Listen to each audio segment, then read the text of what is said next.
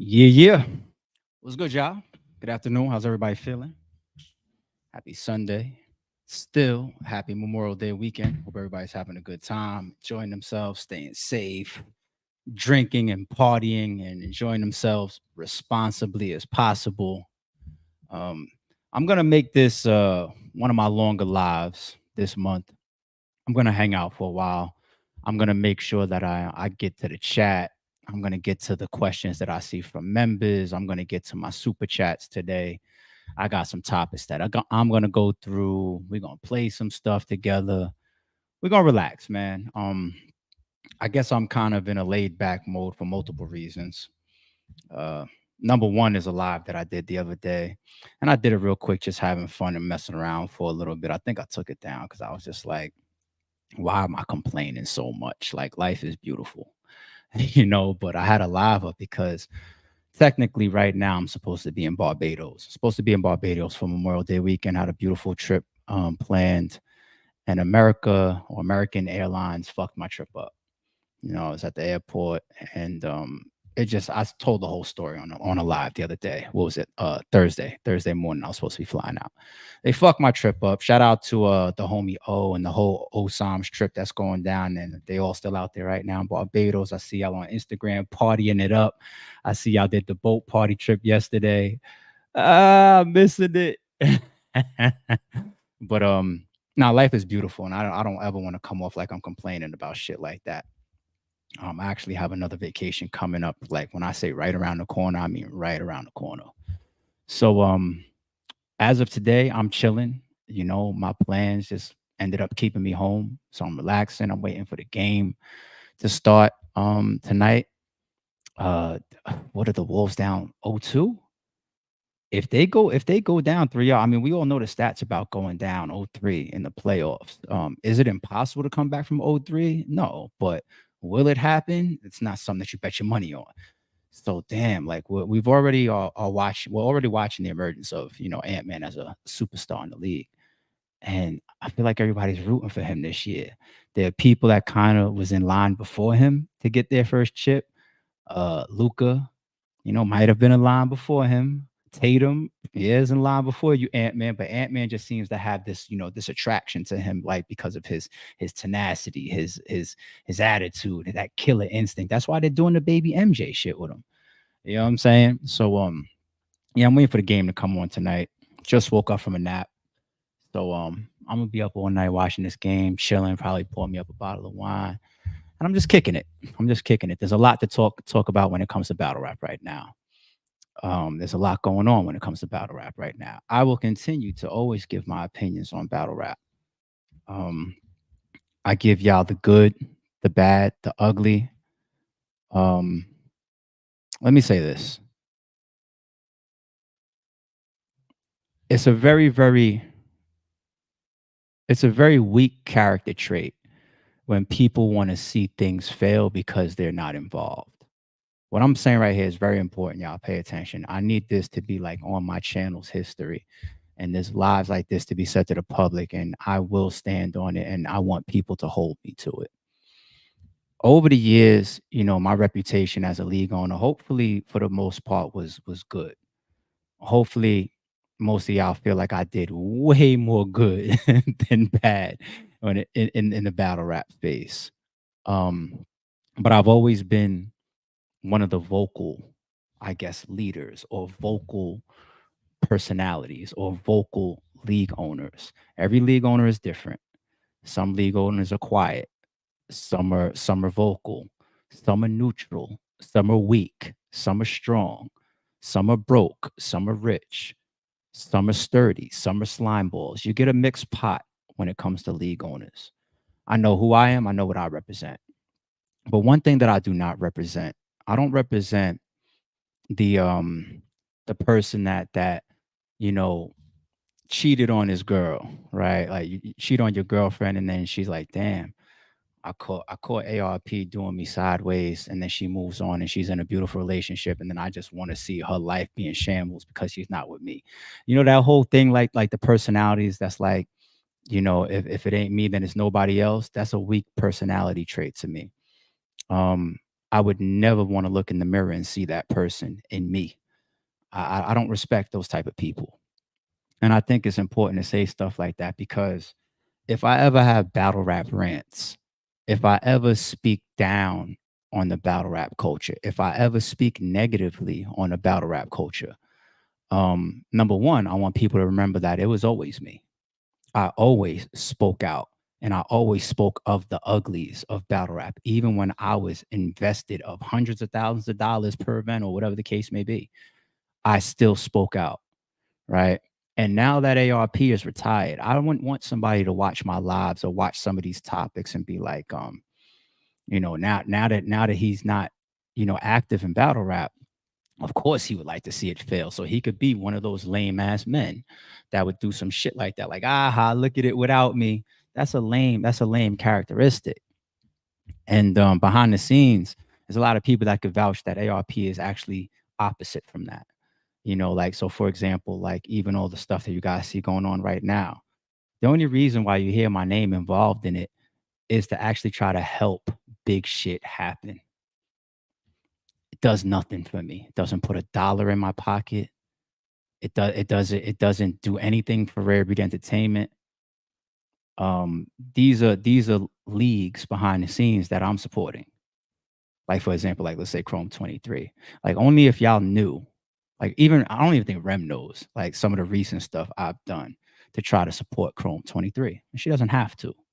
Hitman, or like let's say Mook, or let's say Goods, or let's say Ill Will, or let's say Big K, or Rosenberg Raw, Charlie Clips.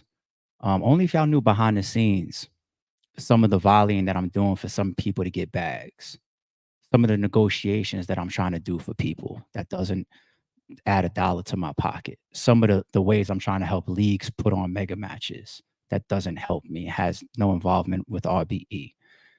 And I've earned the right to speak on the good and the bad of battle rap. And I just want to remind people that when you hear me say certain things and get into certain topics, if I'm lying, then somebody go fact check me. If I'm ever saying something that you feel like would actually be contradictive or actually go against the growth of battle rap, then call me on it. Call me on it.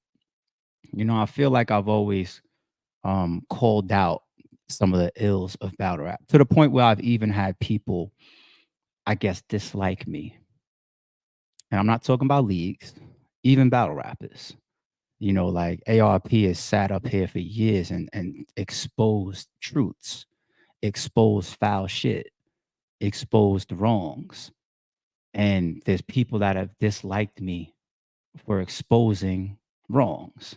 They'll go as far as saying that I slander. Oh man. But to stay on that sentiment there, I just want to make sure that I remind myself and people who I am.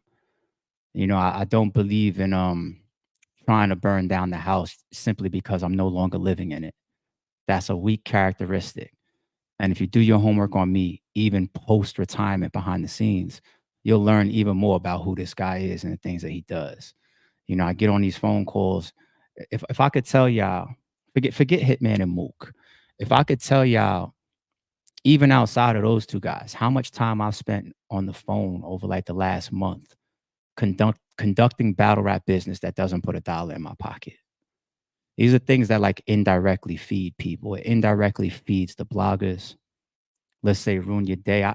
People ask me all the time, so who do I get to produce? I was on the phone with a sponsor the other day that was interested in a mega match. And they mentioned production crew. I said, ruin your day. Avo and his team doesn't know that, but they get that call.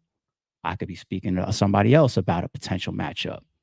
All right, so damn, what about a pay-per-view? I get on the phone, I go right to the owners of Rap Grid, and I start to pre-negotiate the type of deals that I would get, the type of deals that RBE has earned after doing business with a company like Rap Grid since 2015, 2014. I use my credibility, I use my reputation to then negotiate those type of deals for people that have never even done business with Rap Grid before. It's no different than if I talk to people about YouTube and I send them over to Quarter Lab.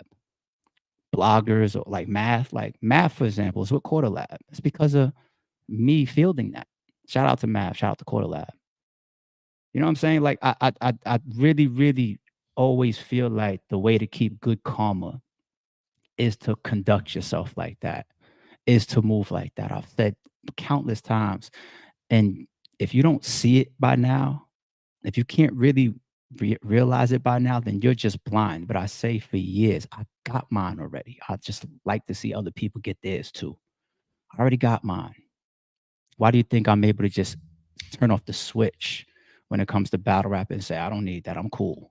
Because before battle rap, already got mine. I was doing controversial blogs when I was into it with Star, and I was saying, hi, everybody. Realize that such and such isn't true because I am the sponsor. I'm not trying to talk heavy. I'm just showing you over 10 years, things still staying aligned with who this guy is and what he actually does behind the scenes, whether you know it or not. Right. So I feel like I've always and I will continue to fight the good fights, especially for good people. You know, like when we think about full circle doesn't do too much for me. YouTube doesn't even pay out the way that it used to pay out, right? But it's an opportunity there for me and others to randomly get a bag. Let's say Ill Will, who is doing all these one rounders and on this tour this year, and he's got another big battle coming up this year. Let's say he does some other stuff and he ends up on the champion of the year run. You know how sometimes, people just want that one last battle to make their decision of champion of the year. Let's say Ill Will calls me in December this year and says, "Yo, let me get a quick full circle. Let me just remind the fans last minute, that last battle effect." Being that I don't want them to hold on to my last joint that was already back in August. They're gonna fuck around and have that newness factor in their votes for somebody that battled in November and December. Let me get a quick full circle. It's there for you, Will. It's there for you. It's there for you to get a quick bag. It's there for me to put some content on the channel, me make a couple YouTube dollars, the fans to get some content. It's just an opportunity. You know what I'm saying? And I'm willing to continue to share that so that people like Arun Your Day could get a bag. Rap Grid, a Quarter Lab, well, not Rap Grid because I don't do pay-per-views anymore, but a Quarter Lab could get a bag with me. Fans could get some content with me. Members could get early content with me. The battlers could get, you know what I'm saying? Like it's all about what your true intentions are and why you do the things that you do, why you're involved with the things that you're involved in. You know what I'm saying? And I've been consistent. And if you don't know, then you got to ask around. So shout out to any of my detractors, but you probably got me very, very wrong, or you probably have been sitting next to somebody that it was in their best interest to just stand opposite from me. And that's just what happens when you're a force. You know what I'm saying? When you're a force, or when you disrupt things, or when you create ripples in the pond or waves in the sea, people will stand opposite from you, right? You just got to know why people stand opposite from you. And you got to go on the truth. You can't just go on the fact that, oh, this guy speaks out. So let's just equate that to slander. No, the man has spoken out because he wasn't one of the guys that wanted to bite his tongue. And me speaking out and being a vocal representative for this company is one of the reasons why RBE pushed to the front, shining light on the things that was hurting us or fucking people up or being bad business. Tell me that there's a problem with that.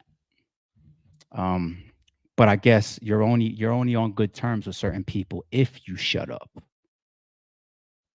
I just don't fit that bill. So staying on battle rap. There's a bunch of topics we're gonna get into. Still, that was like just an intro. I told y'all we hanging out. um, stay with topics, man. And y'all see the title is Battle Rap Dying. I think I've also said countless times how much moments matter to battle rap. Because of the diluted nature and the watered down nature of battle rap, it's the moments that really carry the energy, right? The big main events, the big events, the big battles, the grudge matches, the matchups that have storylines. Um, you got to think about things that would reach you, even if you're not following as a diehard, right? What is a battle rap diehard? Battle rap diehards would be like the fans that will tune into the spaces. We just talk about random spaces. Like, let's say you can tell me about a spaces that Averb did this week. You're a diehard battle rap fan, right? If you can tell me the last blog that Jay Black, Chris Umpias, Fada Fly, Piper Boy, Angry Fan, Three Letter Man, and so forth and so on, all these guys have done, even if they're not speaking about a particular topic that, like, let's say is battle rap wide at the time, you're a diehard. You know what I'm saying? If you could tell me about, if you could name 5 different cards coming up right now, even I can't do that, then you are a diehard. It is dope to be a diehard, right? But the diehard demographic and I guess amount of fans or whatever has never equated to an amount of support. And I even spoke about the word support before, but it doesn't equate to an amount of consistent support to be spread around, at least through multiple leagues consistently throughout a year where everybody's just automatically in the green. We argue so much about being in the red and being in the green, and does this battler earn what he's supposed to earn? Is he getting paid enough? Is he getting paid too much? Was this last card successful? Was it not successful? Forget, and I'm not even to the point where I'm talking yet about like any of the shady business. I'm just talking about the general support, the general consumer base of battle rap, right? Not a mega event, not a mega match, just a nice solid general card. Like, let's say main event is like 2 very strong mid tiers. What do you think the level of support is there? Right? It's really hit or miss, which is not good. Which is not good. So when I talk about the reach factor of certain leagues,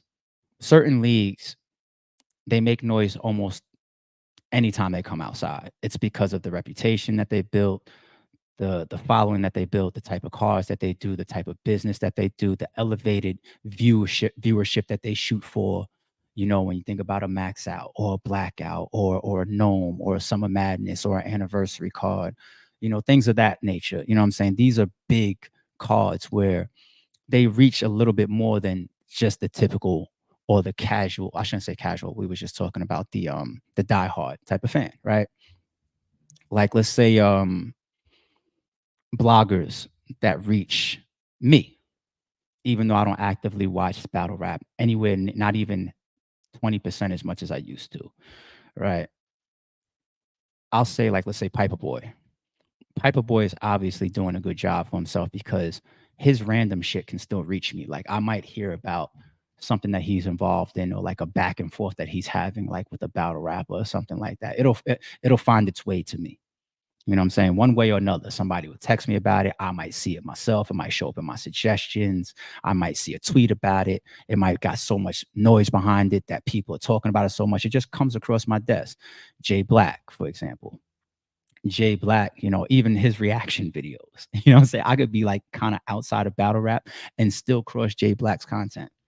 Chris Unbiased, right? I could be totally in zero dark 30 mode for myself, like super vacation mode, totally away from battle rap, and still hear about like, yo, AR, not ARP, Chris Unbiased got it going crazy right now because of a meat riding blog or a stock drop blog or a stock rise blog, right? Um, who else? Vada Fly. If I'm all the way away from battle rap, I can still hear about Vada Fly and Showtime SP popping up on Fox 5. Yo, I hear there's a new Loaded Lux interview on Fox 5. You know what I'm saying? And who was essential in putting it together? Vada Fly and Showtime SP. You know what I'm saying? Like, certain things will reach you. No, even if you're distant or even if you're not a diehard fan. That's not the consistency of battle rap, though. Whether we're talking about the bloggers, the media, the battlers, or the leagues. Even some of the bigger leagues do things during the year that can get swept under the rug, including RB. You know what I'm saying? We might dip down, do something small, you know, put on a card for some development talent or whatever. And I'm not saying that VOD for Lawrence and Wing sells 10,000 VODs. I'm not saying that the venue got, you know, 1,000 people in the building. right? Um, so it's part of the game. But one thing you guys got to realize is if you look around, you see even today the importance of a league growing, even in a possible declining state of battle rap. The importance of a league is actually getting that much more of a spotlight, right? The thriving leagues. People tend to say some of the same names.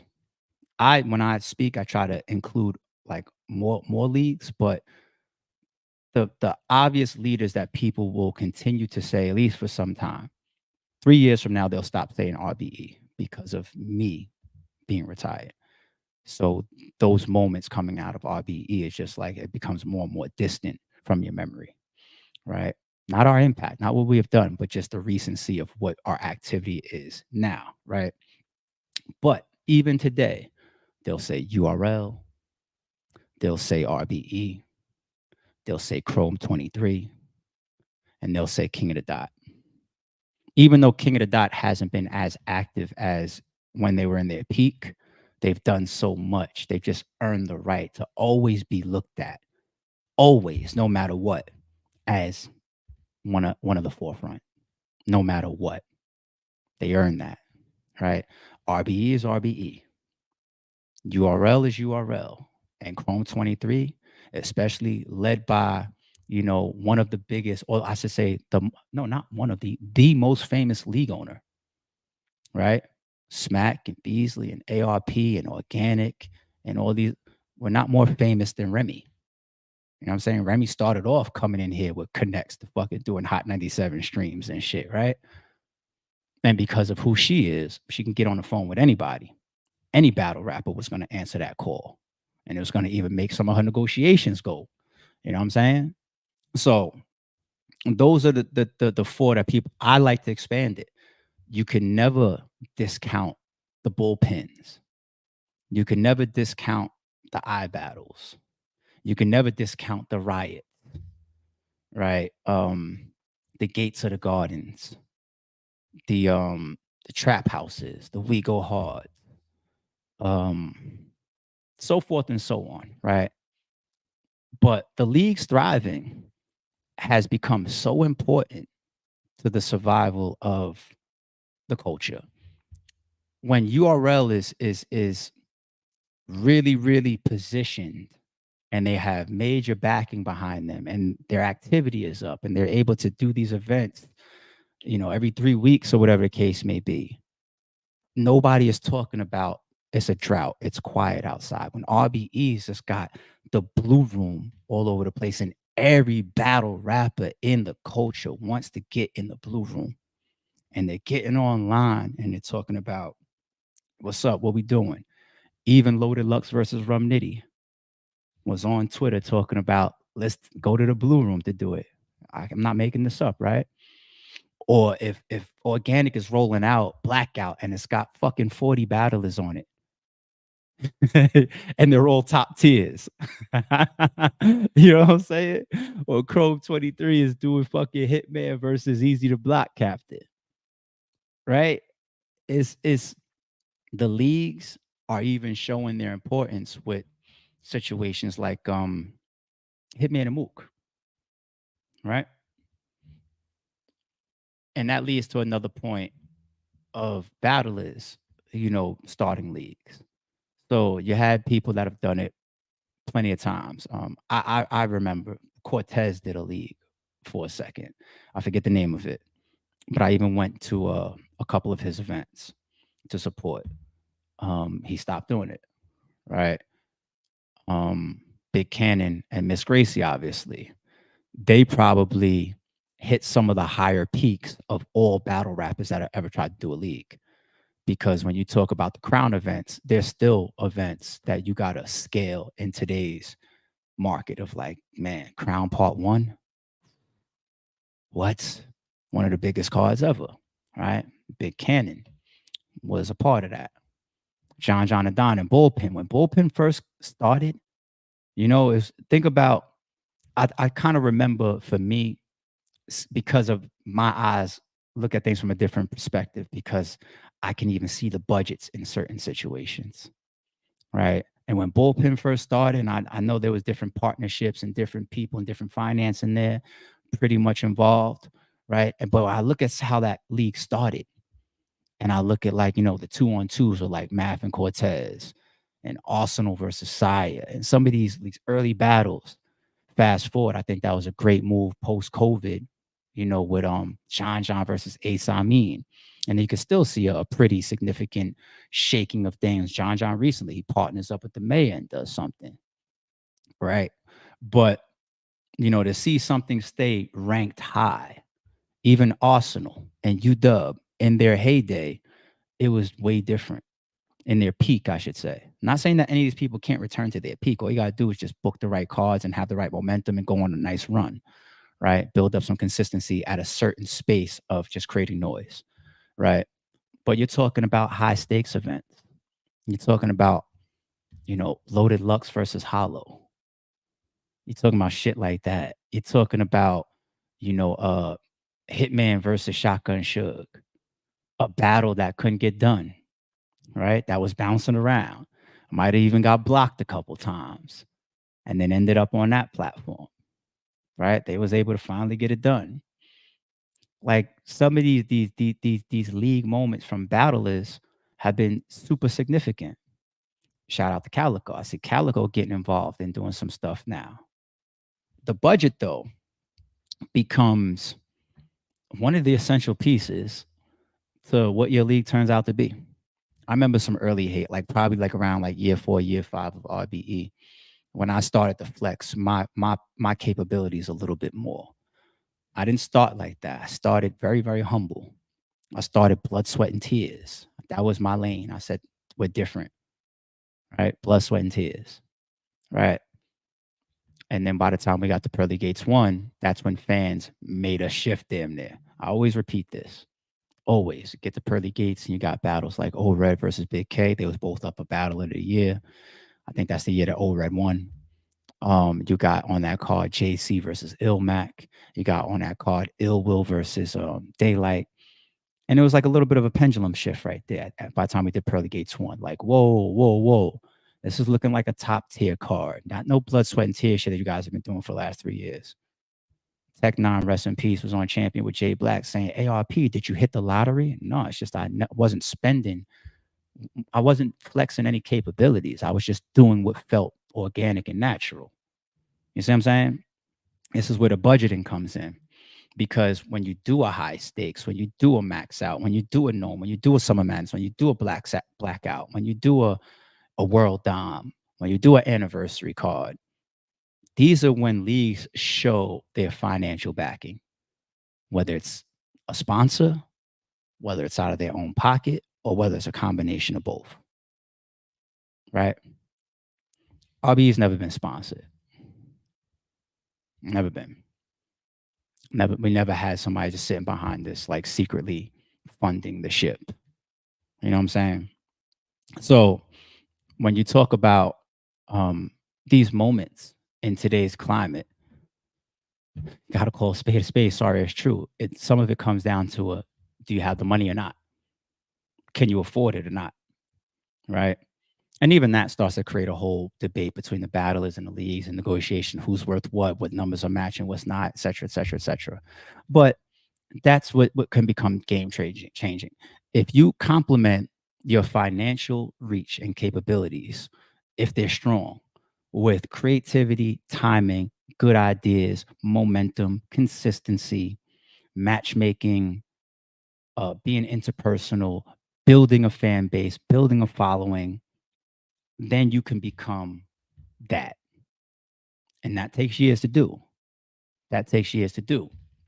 But those are some of the pieces of the formula. And even though it sounds simple, good luck. You know what I'm saying? Even though it sounds simple, good luck. But sticking to the topic, is battle rap dying? Let's move on to this chapter now. Ironically, one of the things that's hurting battle rap right now, you want to know what it is? so ironically, one of the things that's hurting battle rap right now is actually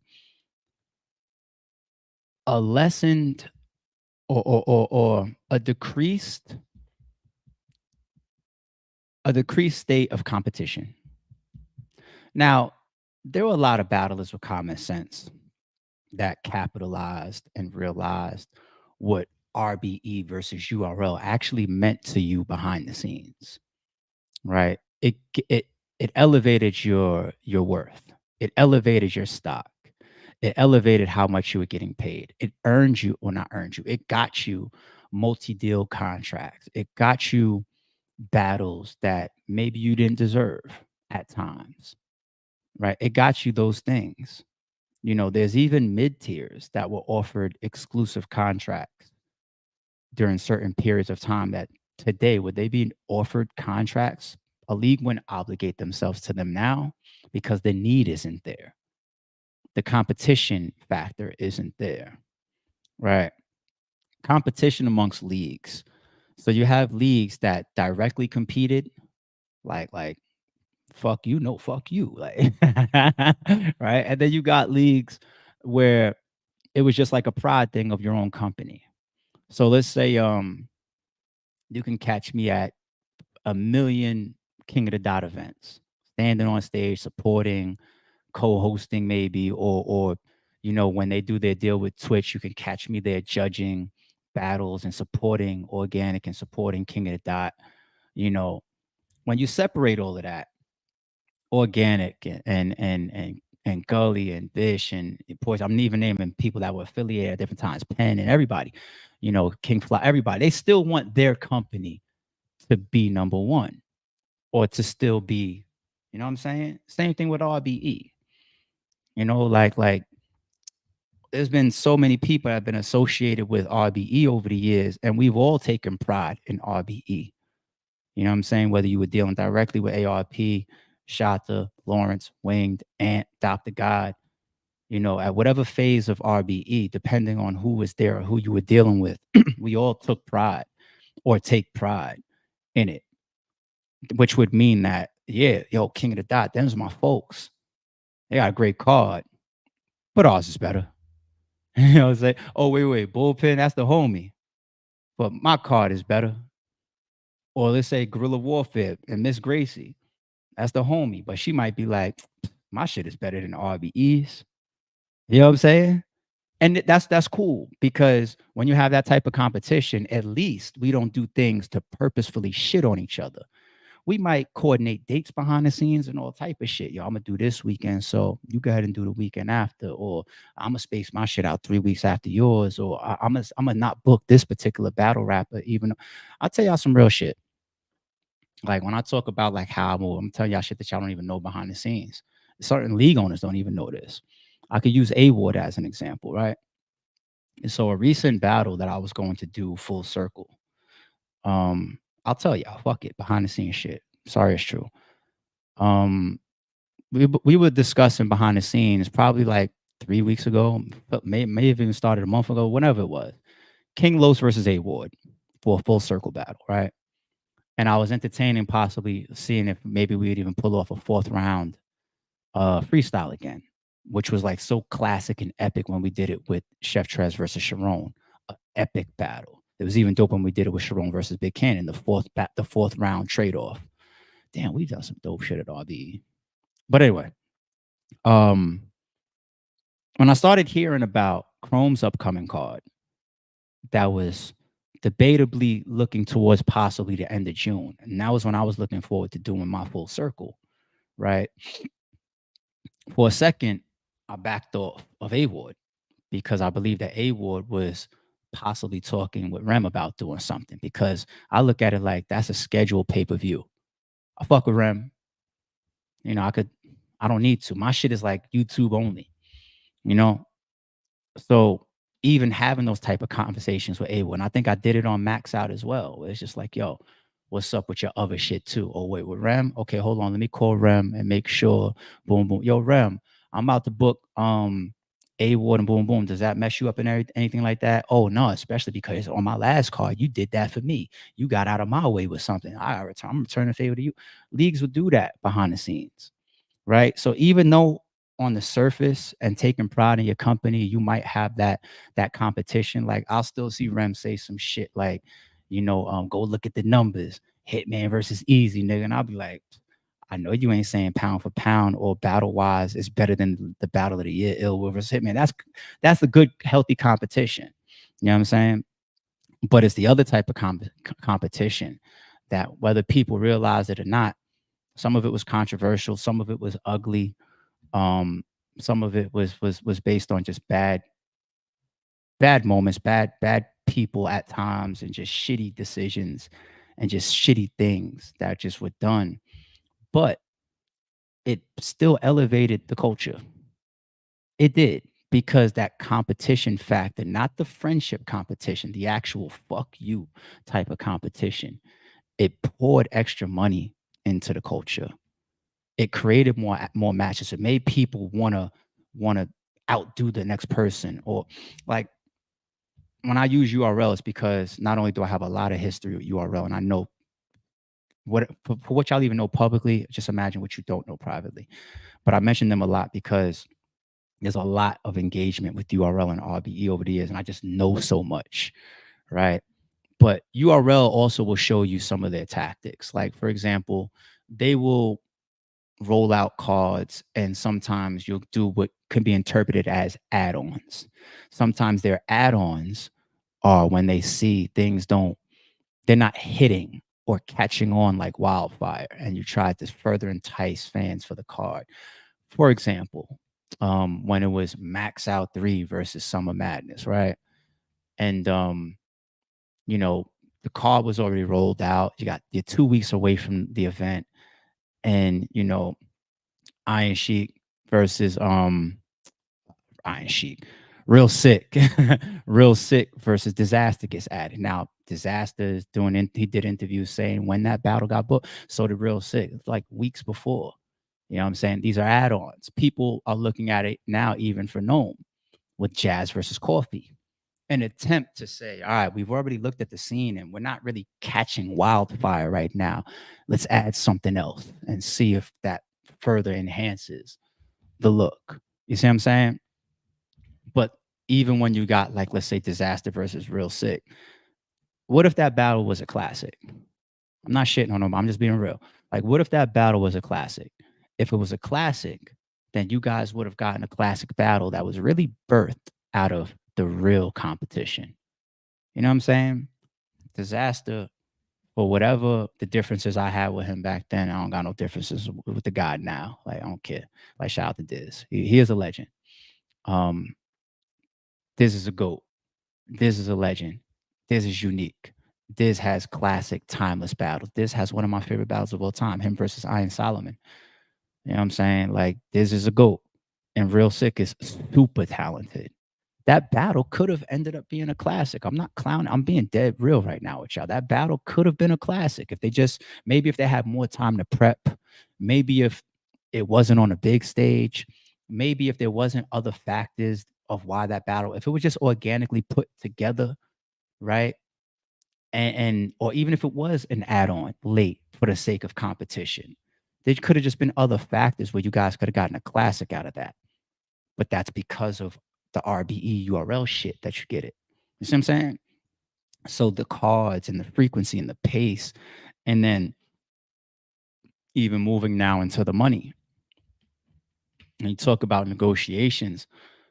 The battlers that will survive and continue to get what the best out of what's left in battle rap. And it could be a lot, it could be a little. You have to be A1 in your negotiations right now. You have to be very, very smart in your negotiations right now. You have to have the least amount of ego and pride that you have ever had to actually benefit from battle rap today. Just look around. Just look at the market. Just look at how leagues are complaining about money. Just look at people saying, talking about pay per views. Are they going to get support right now? What era are we in? Look at the amount of bootlegging. Look at the trust in the consumer. One of the biggest topics right now is people saying, like, yo, I can't, there's scamming and there's trust in leagues and trust in battlers, right? It's one of the biggest topics right now. This all feeds into how negotiations need to be at an all-time high. Like if you are a battle rapper that thinks because I got paid XYZ in the heat of URL versus RBE, and that's what I need to get paid now, you're a fool because you were getting paid that for reasons outside of your draw. Your draw was part of it. I'm not trying to take shit from niggas, but you got to be very, very stupid to think that part of the reason that you was getting that multi deal or getting off of that bag real quick, that yo, just here, take this money, or yo, you want to know what? Come get on this card, or getting that overpayment. Because once again, the moment certain sponsors go away, the complaining about how much shit costs start, right?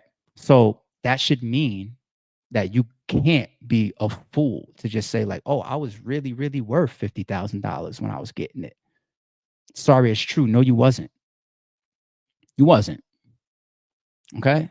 You were getting it out of competition. You were getting it out of just the availability of pots of money that was there. You were getting it out of loyalty that was being purchased. You were getting it out of sometimes uh bad negotiations. Even newer leagues can come in and they may not know the market. Sometimes even up and coming leagues, they overpay to play. You know what I'm saying?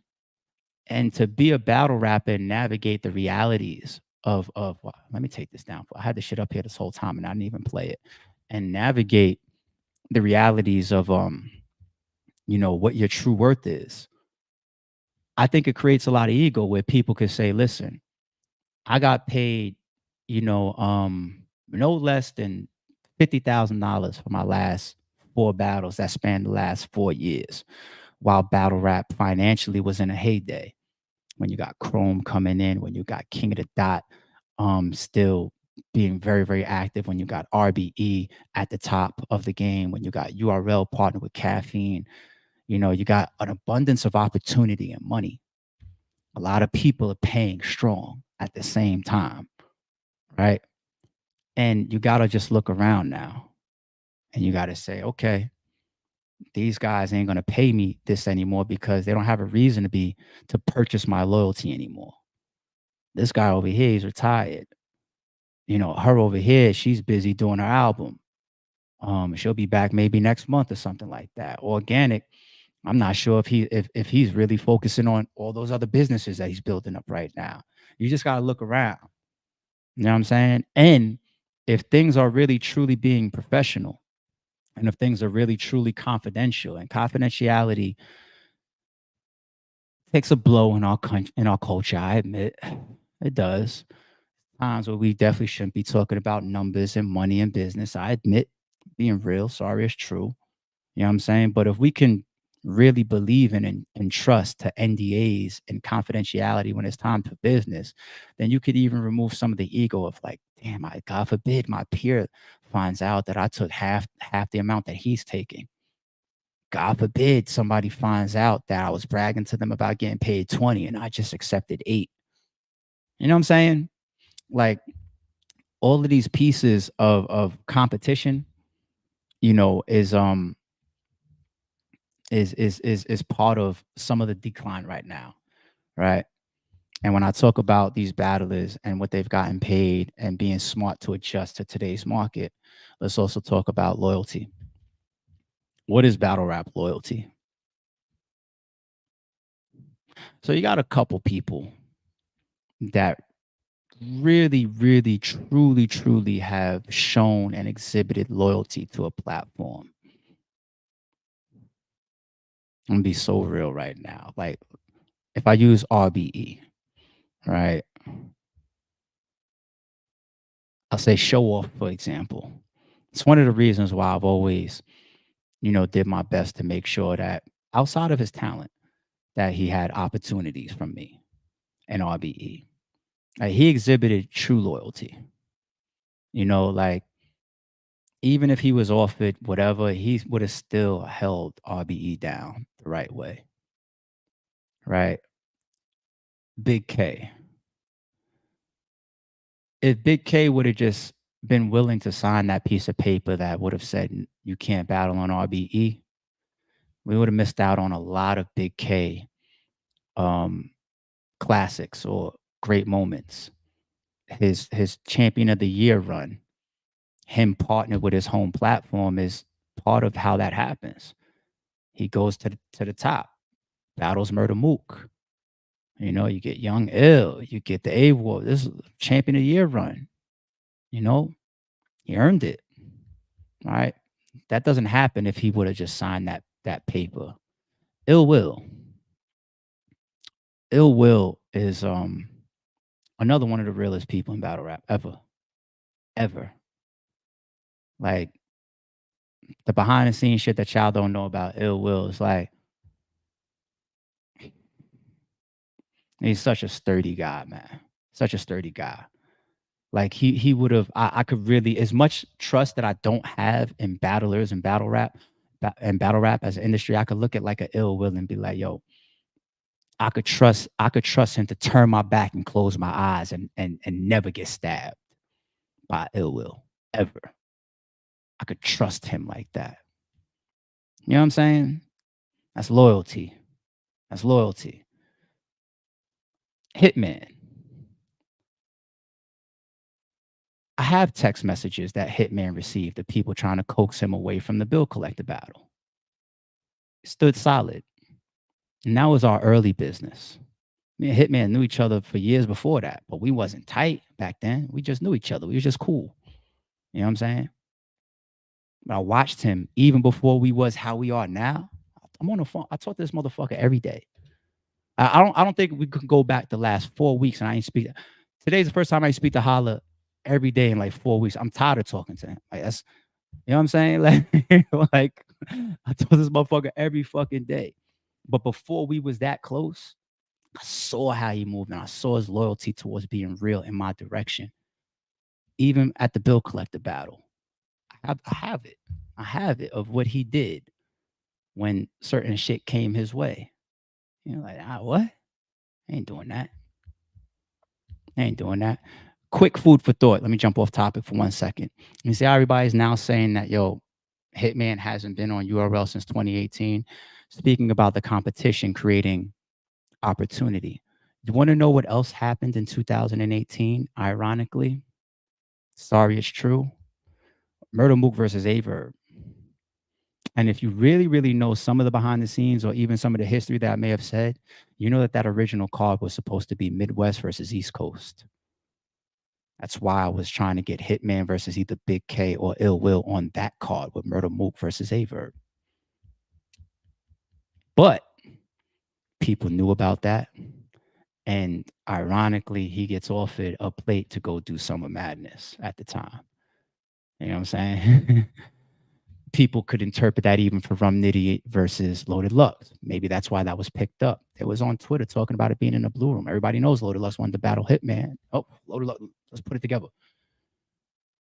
Back to the competition. I got examples like that for days. I mean, some of y'all that is not willing to lie to yourselves. Like you don't have a million occurrences and then say that they're all false. You'd just be a clown or you just be lying to yourself.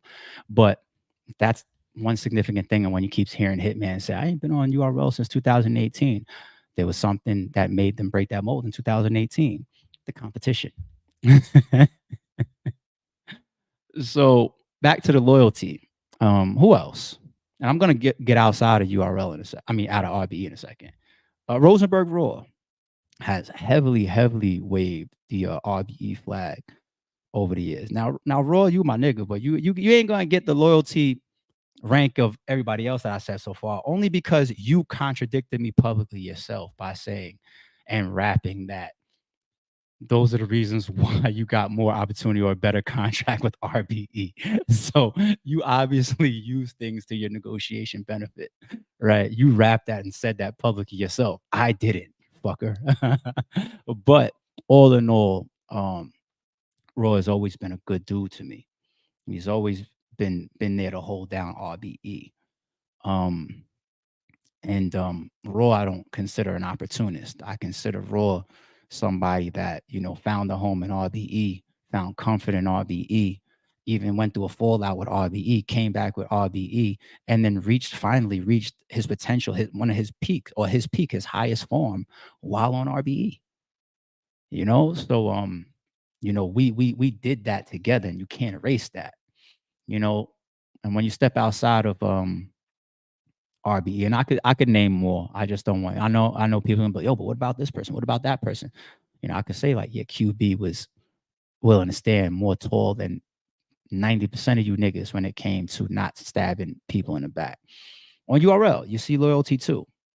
You'll see look at me and Surf, right?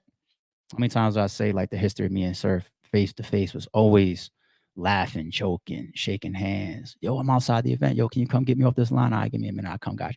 Then the fucker like Surf is such a fucking comedian, son.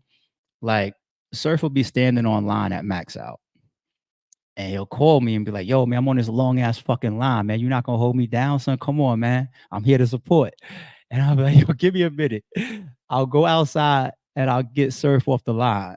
Right. Just me personally. You know what I'm saying? But I'll walk out of Believe Musical, a big ass event. I'll go get Surf. You know what I'm saying? Because I know the nature of our relationship. I'll go bring him in. And then the fucker will get on Joe Button podcast. And Joe Button will be like, yo, what's your issue with my man ARP? Like, what's up with y'all? And he'll be like, man, we ain't got no real problem. Like ARP, he'll come get me off the line at his events. Like, he gotta come outside for Surf. I just like, I can't win with fucking Surf. But we gave y'all I feel like some classic entertainment, me and Surf. And we probably will never do that again because I'm retired. When he comes home, we'll probably do some funny shit here and there. I could just the nature of our personalities. We do that shit. We compete with each other, but it will never be like it used to be for y'all own entertainment because I'm retired, right? But that was his loyalty to URL, right? Behind the scenes, negotiating with ARP, being cool with ARP, calling me, texting me, and I did the same. But when it was time to really represent or pick a side or push a brand, it was URL. I give him that. You know what I'm saying? It's the reason why him and Math didn't happen. He made some phone calls and, doesn't get certain green lights. And he says, yo, I can't. He says a different tune on Hip Hop is Real, that classic shit where he's dissing Math with his hoodie on. He's not being honest all the way, but that's still a loyalty that he's showing. And I respect it. I really do. I really do. The Tay Rocks of the world. You know what I'm saying? Like that's a loyalty thing, right? None of us know each other personally. You know what I'm saying? Last time I saw Tay Rock face to face, we both showed each other our teeth. You know what I'm saying? But it's loyal to URL, and he should be. Like, they're part of his livelihood. They have been part. New Jersey Twerk. I came this close, like, to just being the old ARP and just doing an all-out edited blog with a whole bunch of shit. Because I seen his shit like 2 months ago on 15 Minutes of Fame. And I was a little let down. I ain't gonna lie. I was a little let down because I was just like, now me and Twerk kind of have became like ARP and Surf 2.0 because things have always been funny and friendly. Whether I see him in person, whether he pulls up at an event, while we see each other on some neutral grounds in the past, or whether we're online, I'll clown him, he clown me. Did that funny video where he's walking through his house and he opens up the room and he's like, I even got my own blue room. I thought it was funny. And then to see his energy on 15 Minutes of Fame was a letdown. I even used that word earlier talking about and Rod. I don't even know why Rod, shout out to Uncle Rod. I don't even know why he was repeating it like that because Uncle Rod knows a lot of behind the scenes shit. But if ARP stops slandering, what? We're in court right now still. Your people did that. Like Twerk says, if they did little funny stuff out of competition behind the scenes, you mean like sue somebody over some frivolous bullshit? I'm paying retainer fees for that still I'm not bitching. It comes with it. We're in court still right now. It's like 3 years. That's your people. But I get it. They feed you, they pay you, and those type of things develop loyalty. But I feel like it's one thing to be loyal to opportunity versus being loyal to a set of principles. Like if I do some foul shit to somebody, and one of my brothers or one of my people see me doing some foul shit, you know what they'll do? They'll probably play neutral, right? Or, maybe they will do, like if it's like a fight, we all know the rules. Get into a club, your man trips, you fight in the club, you get home, you be like, yo, that was some bullshit you did. But we're not talking about a fight, you're not talking about something sporadic in the moment. When you have a chance to really sit back and calculate, right? People know the real of the rights and the wrongs of the history of some of this shit. So I feel like people to be able to sit back and really know the truth and to still contradict that ain't real to me. That ain't real to me. But let me this ain't the twerk segment. You know what I'm saying? If I didn't do it then, I'll leave it alone for now. Like I really should have did it then, but then I'm glad I didn't because I probably would have been speaking so passionately about I probably would have reminded people about a lot of real shit that I'm trying to grow past. You know what I'm saying? I probably would have put a lot of files up on the screen. I would have did an edited blog for it. And I'm glad I did it because I'm trying to grow past it. I really, really am. But shout out to Twerk, shout out to Rock, shout out to Surf. I guess I use those examples even on the RBE side because I'm really just talking about I get the loyalty thing. I get the loyalty thing. But the title of this blog, still everything that I've said is still loaning to the title. Things that can be broken to help battle rap get better or fix some of the shit that's taking this shit backwards, or why it's going to continue to dive. That loyalty shit, if RBE versus URL was part of it, I'm glad to be retired and hopefully start to break some of that shit. Because battlers should have always remained, which they really are by the nature of what they do, but just remain private contractors. Because the loyalties that get built up, they're not real. People are just really loyal to the opportunity. They're just loyal to the money. Nobody is really, really outside of like the handful of people that I might mention, loyal to the actual like man to man shit. It's not that. Because the moment this person stops doing battles, or the moment this person stops feeding you or whatever, you gone. You going to something else. And that's fine. Especially if you carry yourself like that. You know what I mean? Like Big K has never told me to my face, like, yo, you're the only place I'm ever gonna battle. I could look him in his eyes and see how he's gonna move. He's never gonna stab me in my back. He's never gonna shit on RBE. He's never gonna leave me hanging. He probably's not even gonna, do some shit that he feel would detract from RBE. Right. But at the same time, he's never gonna tell me like, yo, I wouldn't battle on URL. No, especially when I'm endorsing it. Ill will probably say some shit too, like on camera, like, yo, motherfuckers would have came to me with the right situation. I probably would have done it. So I might call ARP and bring him up to speed or yo, this person just called me and asked me this or told me this, boom, boom, boom. He'll do it in a real way or try to make sure that he don't stab me in the back. Right. But that doesn't mean that he's willing to, out of league loyalty, kill his own fucking opportunity. Ill Will wrapped it as well. I'm not RBE or URL. I'm WILL, right? Didn't he say that in one of his rounds? Respected. Because you're not trying to do the war shit. You're not really trying to come at it from that angle. Your loyalty is to your own principles and morals. That's all I've ever asked from people. Don't be loyal to me because I got a bag for you. Don't be loyal to me because I got one of the best platforms in battle rap history. Be loyal to me because I've been real to you. And when you look in the mirror, you call yourself a real man or a real woman. So those principles and morals that come along with that, just be real to that, and me and you will always be good. That's all I ever needed. That's all I ever needed. Right? So the loyalty shit, if people grow a little bit more, it aids the culture. You don't have to worry about pissing somebody off anymore because of the URL RBE shit because ARP is retired. Right? So getting out of that ignorant state that I think handcuffed a lot, that's one thing that I think that people could start to take back. Look at Swave's third round when he battled Remedy Loco in the blue room, and he raps his third round to me. He's like, yo, people like me and Ness and Mac Myron are caught in the middle. You know how many people called my line when they heard that Mac Myron signed that contract?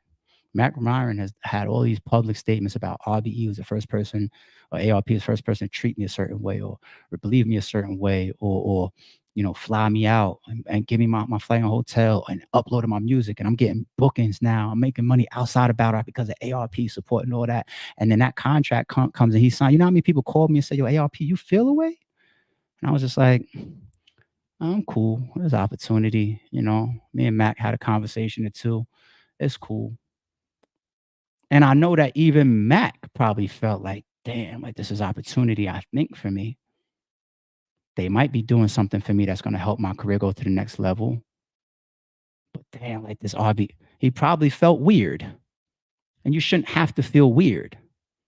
You're supposed to just be able to book a fucking battle.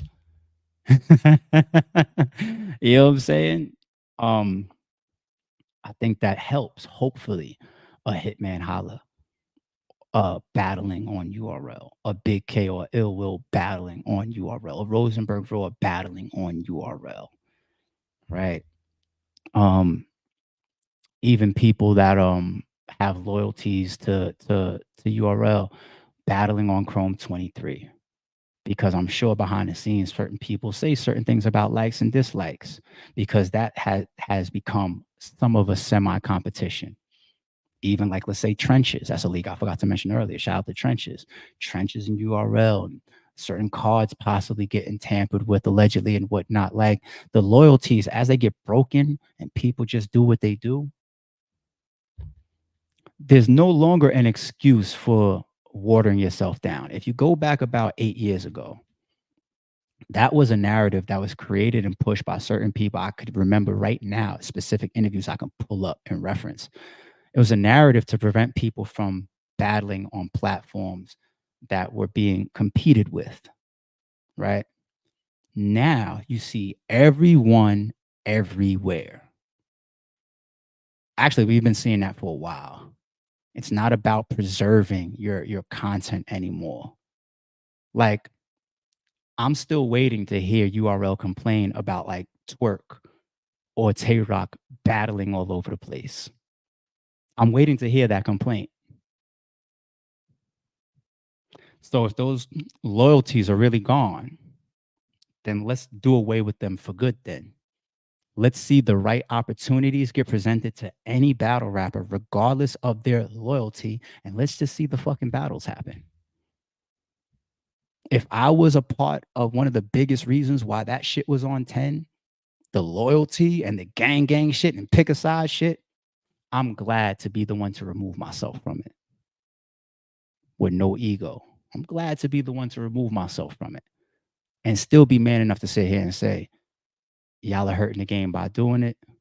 Move around, get your opportunities, be real to the person that helped you in life. But still, if Remy calls you or Organic calls you or Wayne and Lawrence call you, whatever, if the situation is good for you, go fucking do it. Because if I sat up here and I did a controversial blog to really break down the loyalties that came back in y'all directions, and I really put it in your face, y'all would be sick. So that's the loyalty chapter.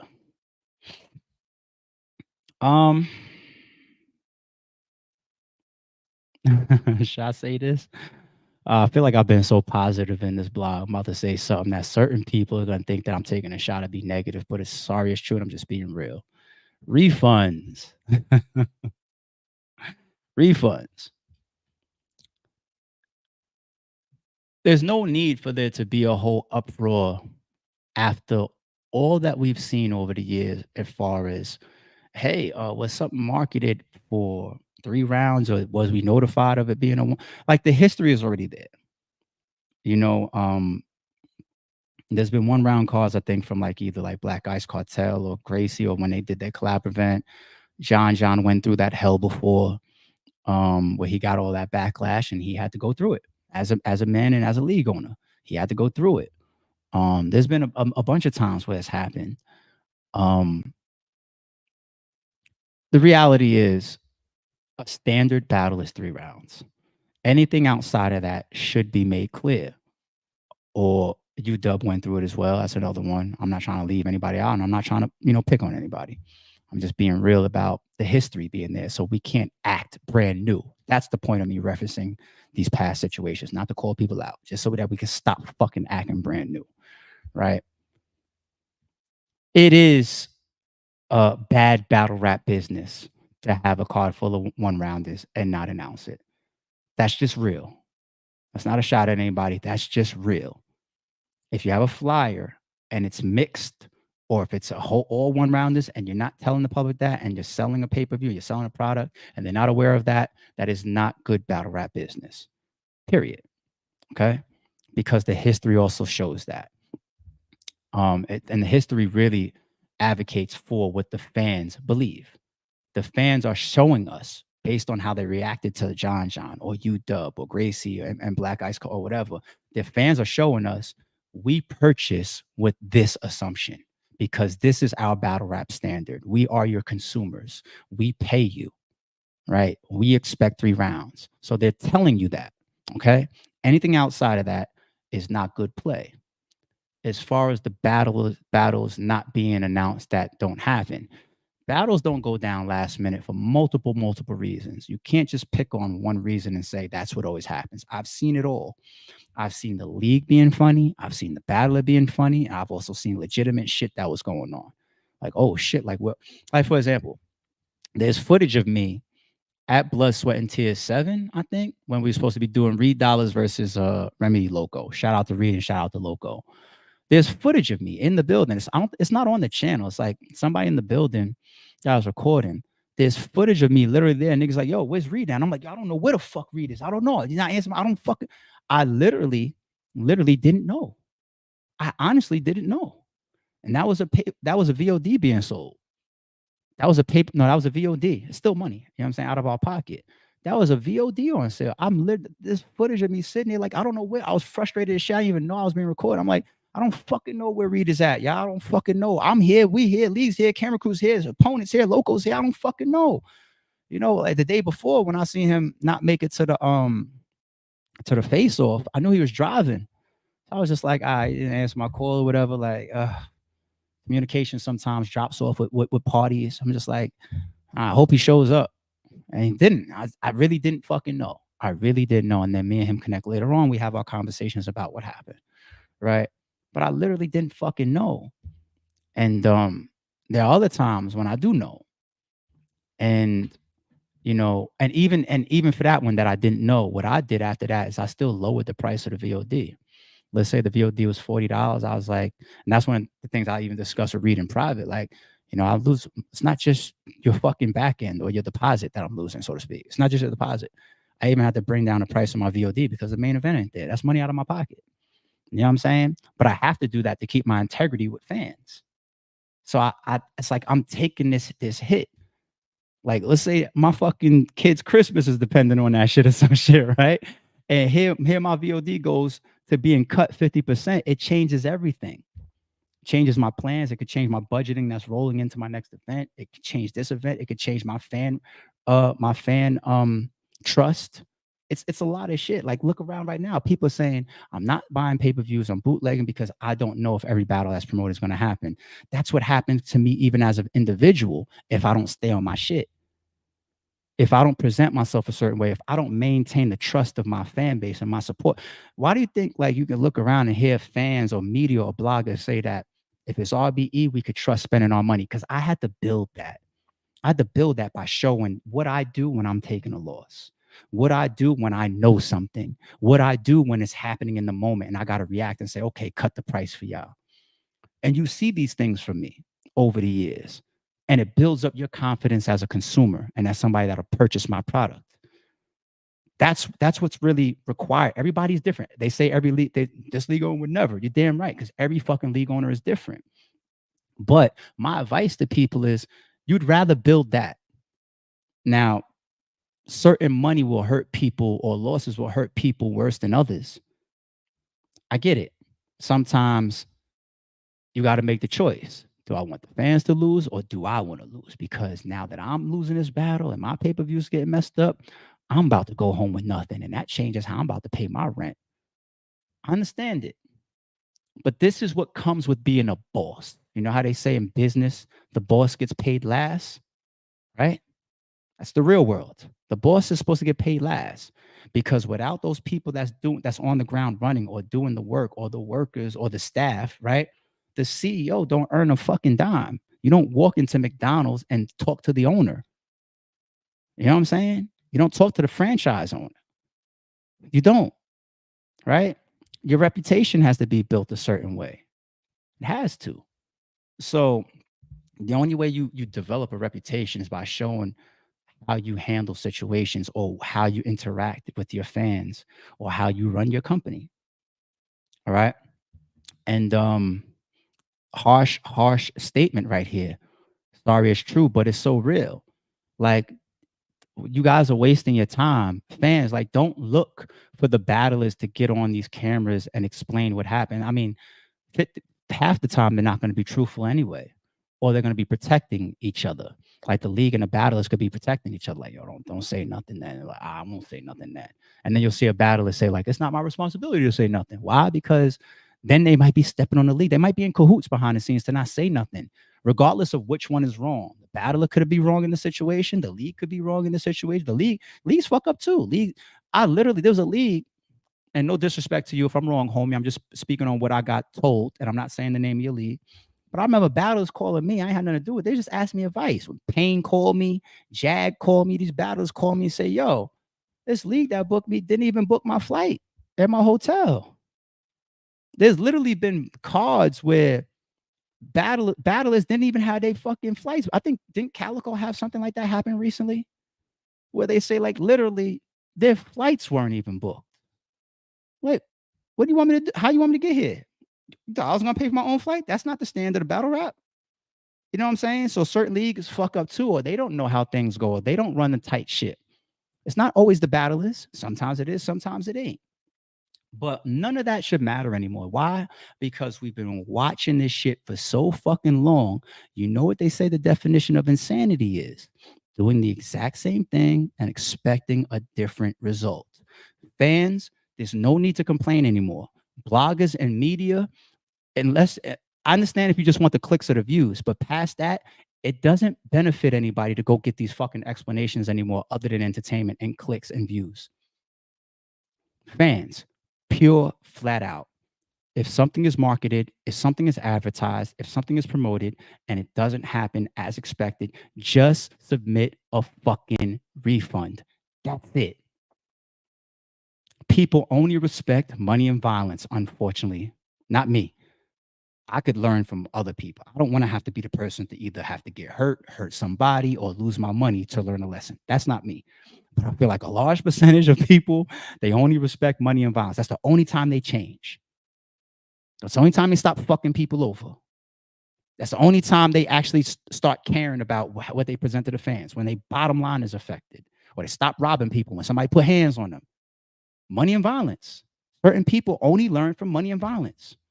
And I'm not advocating violence at all. So hit the bottom line. Don't complain. Don't go sit there monitoring Twitter and the bloggers and asking, what happened? What happened? What happened? What happened? Explanation. For what? I told you, I'm sitting here right now today waiting for the game to start. I'm still sick because I'm supposed to be in Barbados right now for Memorial Day weekend, and American Airlines fucked up my trip. When we was there at the gate, they're saying the first delay, the second delay, the third delay, and then eventually what all this was due to airplane maintenance. I don't care if they're lying. I don't care if they're true. I don't care if maintenance means that they're adjusting the seats, or God forbid, it's like the engine or some shit. It could be something this small. I don't give a fuck. I submitted my fucking refunds. I'm not chasing down the fucking the details and all that shit. I just didn't get what I paid for, so I want my fucking money back. Any fan that continues to complain about something that we have been putting our hands on the same stove for 5, 10, 15 years, and still looking for a different outcome and being insane, right? You deserve to lose your money at this point. Just submit. If you buy something and it doesn't happen as expected, as promoted, and as marketed, just put in a refund. Just get your fucking money back. And then the leagues will react to that. The leagues will only book people that they can actually depend on. The battlers will have more contracted stipulations put on them. that have more responsibility put on their back, more pressure put on them from the leagues. Leagues won't do stupid shit like get to the week of the event and still not book the battlers flights. All of this shit will happen once somebody looks in their pocket and says, "Oh shit, I just lost $30,000." If people could laugh their way to the bank, they're not going to change for you fucking idiots. Just submit your refund. We've been given reasons to change at the league level, reasons to change at the battler level. We've been given those reasons for years. Obviously, it doesn't fucking work. Just go to the root, the core now. You guys we've all given a million chances already. Just shut up and submit your fucking refund. Get your fucking money back. That's it. Um, League rules, unification.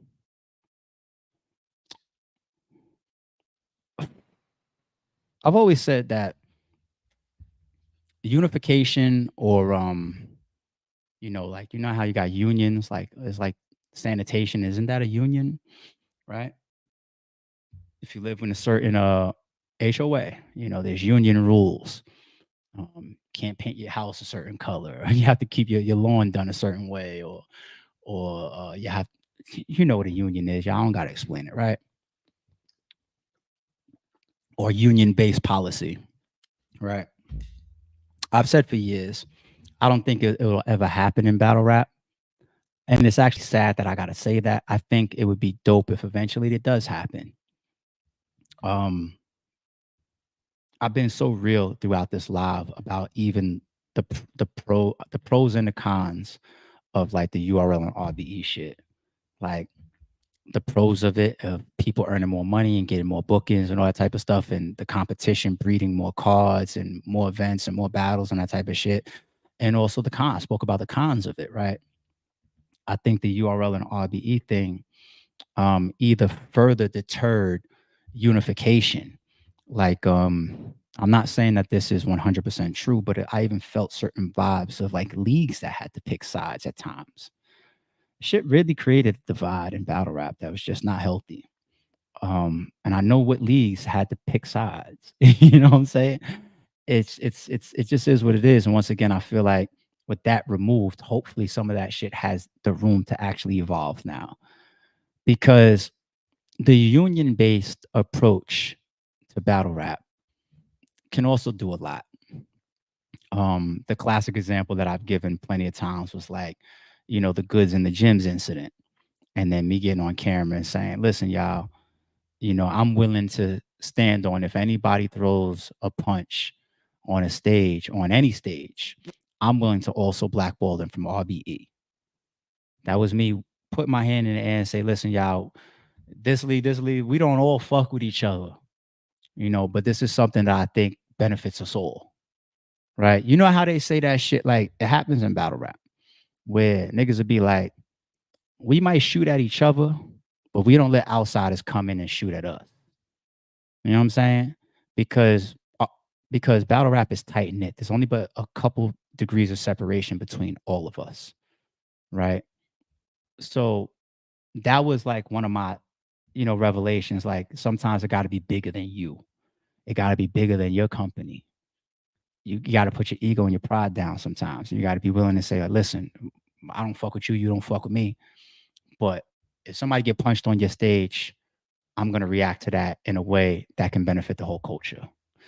And that still remains one of the detriments to battle rap is that you can steal here, you can no show here, you can fuck up here, you could choke here, you can have a bad performance that you don't care about here.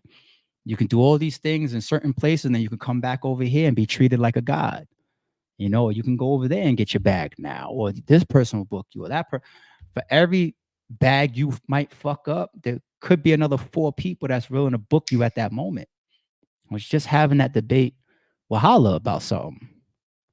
I'm just like, yo, we've said it over the years that, sometimes we gatekeepers, we perpetuate foul nature, right? And the competition aspect of it further made people say, get on, I don't care what goods or and gyms did or what happened on that stage. I don't give a fuck. It ain't my jurisdiction. It's not about it's your jurisdiction. Like we know whose jurisdiction is whose jurisdiction. Right. That's not to be debated at all. But this really needs to be some type of union based, not rules because people run this shit so differently and everybody got their own world, but at least general understandings. Right. Now you're gonna see certain effects of like a battler that's coming off of a horrible performance may not get booked right away on like their home league because they're like, oh, now the energy for that's this bad on this bag. I'm about to spend this fucked up. Right. That does happen. Little trickle effect, but that's only because somebody's looking at the bottom line. They're not looking at upholding the standard. Right. That's the difference. Just saying, damn, because you just choked there, my battle is going to suffer, make a little bit less money, so I got to hold off. Why don't you go battle over here real quick and rebound? You want to know what was a good rebound example that I remember? Um, Prez Mafia. Shout out to Prez Mafia. Prez Mafia had a lot of controversy for what was it? Some bar. It was some bar shit or around bar stealing or something something like that. This is a old joint, and I think I even had this conversation with Norbs, and I think he kind of admitted it to me, like, yeah, that's what it really was. That URL wanted to book Prez, but wanted to avoid the backlash of people saying, yo, you supporting somebody that did that. So they did what they did instead was, let them battle on We Go Hard, which is like always was interpreted as like a younger brother to URL, right? We go hard. And let Prez exercise that demon off first there, and then boom, we got him right after that. You know what I'm saying? Versus like, the cardinal sin of being bagged for taking bars and just being banned from hip hop, right? And so people maneuver to benefit once again the business opportunity. Nothing wrong with that. This is still America, right? This is still America. So you got to understand why things will still proceed. But having standards is something that from league to league was never really fully endorsed. Um, and it does devalue the battlers and it does devalue the cards when when the battler has that safety net. The competition and the earning of your money and the earning of your opportunity is gone. Right? It's bad enough that we don't judge battles. Now, from a YouTube standpoint, judging battles lowers the views a little bit. I get it because you want that debate, that argument. Somewhere out there, there's still a billion fans arguing that Drake won, right? it just is what it is. You know what I'm saying? It's not like boxing where you get to the end and if you get knocked out, it's clear. Like, I mean, like my favorite battle, it didn't choke. I'm gonna debate that he won. Calico is still gonna tell you that he beat Loaded Lux. You know what I'm saying? Shout out to my nigga Cal. You know what I'm saying? So that's just the nature of battle rap. So without like even things like judging, right?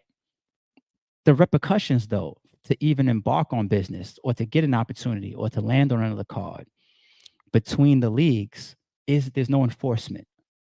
There's no motivation to stand on your quality to ensure that you're there or you're responsible or you take that stage and you have your A game or that you promote your bat.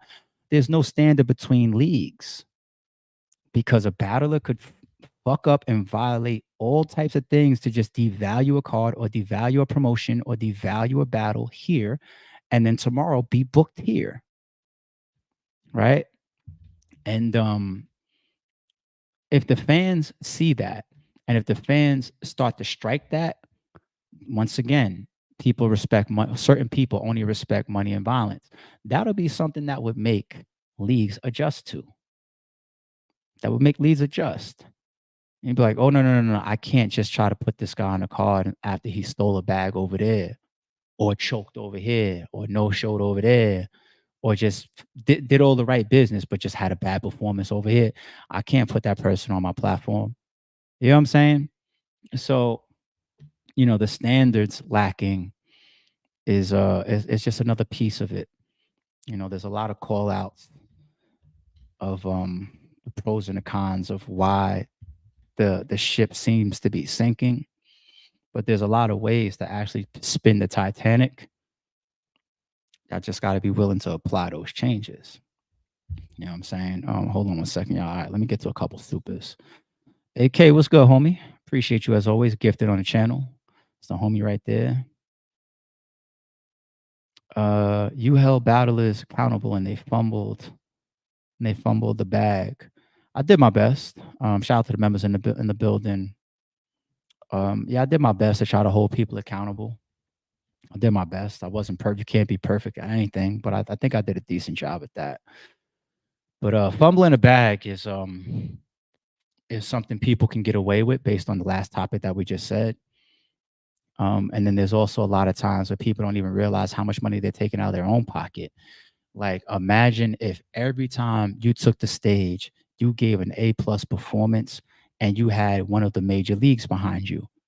You would be making triple what you make right now. You'd probably be doing triple the views that you do right now, and you'd be battling all the heavyweights and all the top guys and all the end game people because you would just be that good.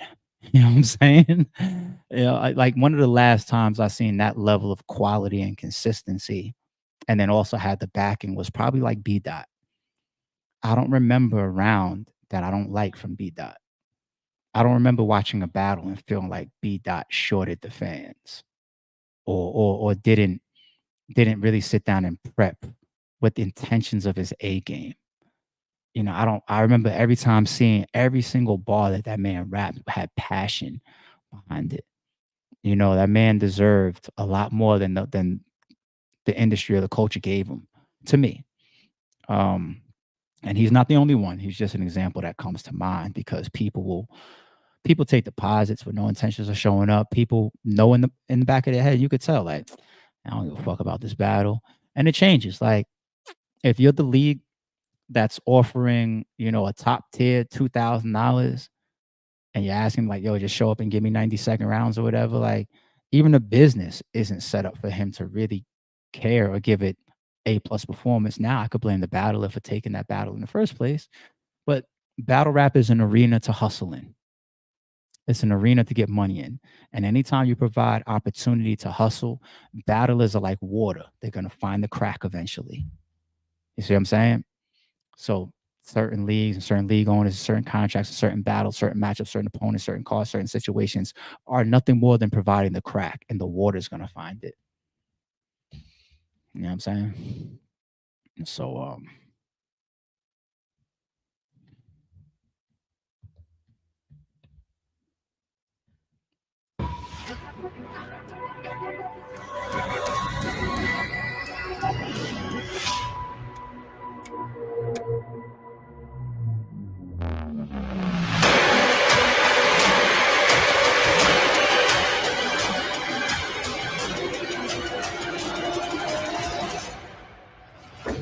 everybody, entire battle rap culture in the building that's tuned in around the world, make some noise for y'all supporting this yeah, Max my Out voice 3 was shit. gone. I don't want to see nobody ever bite my style with the glow in the dark Jesus piece. All right, nobody try to do that. Okay. Another legacy battle. I'm not gonna hold y'all too long because a lot of y'all are here for this right now. Battler on my right, who you be? Mr. Ball game back some body. St. Louis, what's up with it? Battler on my left, who you be? You know what some people don't know about this battle that was so crazy? I mean, the Blue Room isn't a big place. It's like 300 capacity or something like that. It's not a big event. It's considered a small room for the most part. Everybody says that event went 11 for 11. You want to know what's so wild is we went 10 battles straight and got to the 11th battle. And then when these guys were miking up, there was a mic problem. How do you get to the 11th battle having a perfect event, a perfect stream of, oh my God, everything was so dope about the event. And then the main event, Hitman Holla versus Ill Will, a RBE legacy battle. Mics up and the mics are failing. So if we was in a big room and that happened, I don't know what would have happened with this main event. But being in the Blue Room saved this main event. And as you watch this video, you can't even tell But in between, in the intermission, when the cameras is off, I had to speak to the crowd, and I was just like, yo, we need everybody to really, really respect the rappers while they rapping. Doesn't mean you can't cheer. You paid your money, have a good time and all that. But the mics is fucking dead. So here we gotta hold this down, people. Let's make history. And everybody that was in the blue room, they held it down, man. But if we was in Believe Music Hall with this shit, oh my God, it would have been like, yo, you don't get to the 1 yard line and then this shit happened. I would have sued Ruin Your Day. Albo, what up? Big. Know it? I don't do much.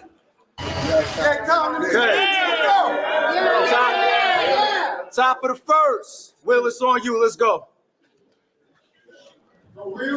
Shout out to Pontiac. Yeah. Let's go. Let's go. Shout out to my Bags and Baddies crew that came to see me. Yeah. Did y'all know Michael Jordan was still a menace with the Wizards? 51-point nights, 49-point nights, showing niggas like T-Mac, nigga, I'm still a GOAT. Scoring threat and had dishes that was brutal too. Nigga, I don't think you a washed up wizard. I'm a fan, dummy. I was just pitching that as usual. Nigga, I love your family. Your pops embraced me like I wanted mine to. I'm like, God damn, he just living that as usual. Just the picture that is beautiful. Bro, when I hugged your moms and pops, I felt like Bishop at the funeral. You know what I do to you? Let's go, Willie. Let's go, Willie. Yo, Will.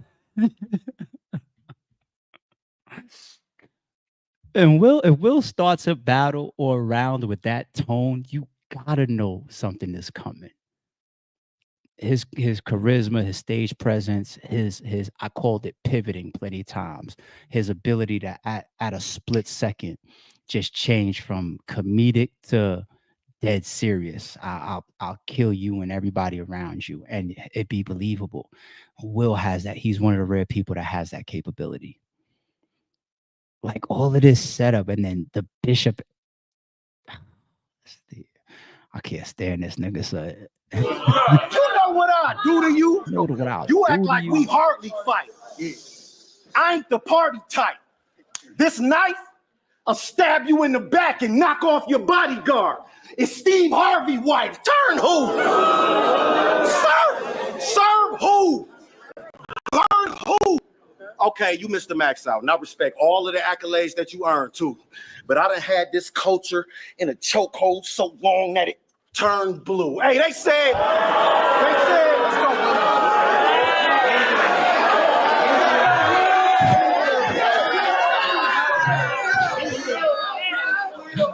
Yo. They said, Will, you think he gonna throw his brother at you? I said, of course he gonna put that guy on the scene. I'm actually enjoying the battle more right here now than I was in the moment. Why? Because I was in such work mode and business mode. Even Avo spoke to me about this. He was like, Avo was mad at me because he's a director and he's on the production side. He's like, yo, you need the security guards that you pay to be actively handling the shit that's going on in the crowd, not watching the fucking battles and enjoying the battles, because I'm sitting there in the footage protecting the battle when I'm supposed to be just concentrating on being a host. I'm the middle of the footage. And that's why I tell hosts all the time, like, you're the dead center of the footage. There's a reason why Remy changes her fucking outfit every round, because she understands that she's a piece of the look of the footage. You know what I'm saying?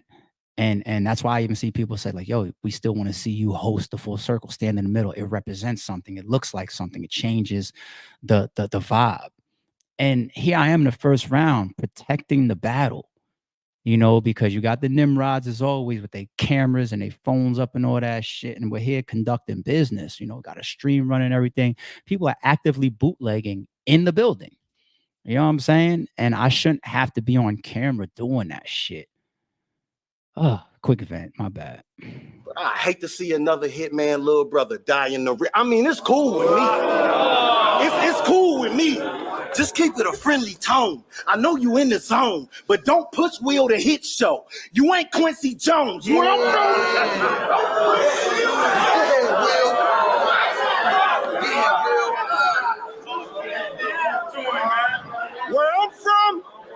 Even the pastors on some bullshit.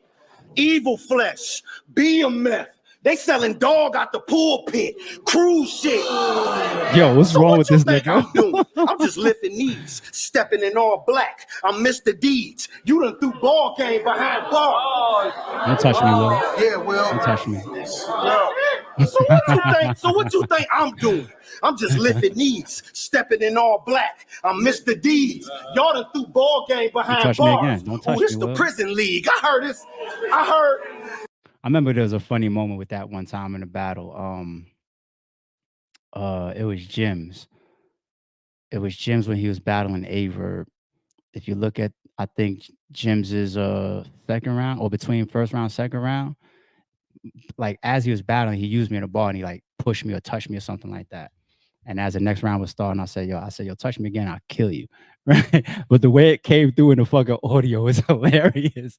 You know what I'm saying? The other person, I think that Arsenal too. So when Arsenal did that bar with the whole this was right after Queens Flip started whipping your ass in the snow. What people don't really get to see in the footage, but you can't tell is when Arsenal, he's such a devil. He put his arm around me, right? And I felt him tug me as if he was going to try to pull me out, you know, and I just kept my feet planted firm. I was just like, I just stood still. I'm like, where's he going with this? You know what I'm saying? And imagine if I would let him like walk me out. Like, I'm like, how are you? And then he sets me up for his little double meaning, his ball. Like, you know what I'm saying? I would have looked crazy. You know what I mean? He already tried to violate me. That's probably the only time I'm glad I came out of character as a host, because I wasn't going for that Arsenal. Like, you know, I'm not gonna get into the story now, but you know I wasn't going for that Arsenal. And I'll never forget when I booked Arsenal versus QB. We was on the phone laughing one time, and I was just like, "Yo, don't show up here playing with me again." And he said he laughed on the phone, and he was like, "Nah, I already got you. You know, I got to get everybody. I already got you. It's one for everybody, and then I'm done." It's the king of disrespect, man. I heard it's 20,000 on this battle. Ooh, with that, I could take your girl out. Buy her some pearls now. You know the last time they put 20 and 20 on ill, they shut the world down. Top nigga.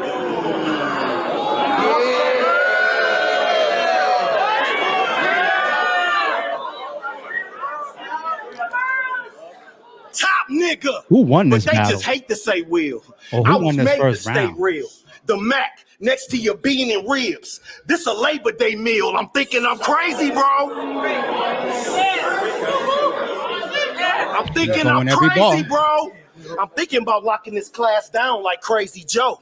I'm thinking about snatching the goat up like Chicago in '84. I'm thinking about stabbing this bitch like OJ at Nicole house the day before. Way to go. Because you gonna go from make Who the won cover this first round, to taking y'all? cover. Gut shot, then he take another. Mama in the hospital crying like, what's happening? What is you saying, brother? I'm saying everything that popped out that bitch did something. This the Wayne's mother. It's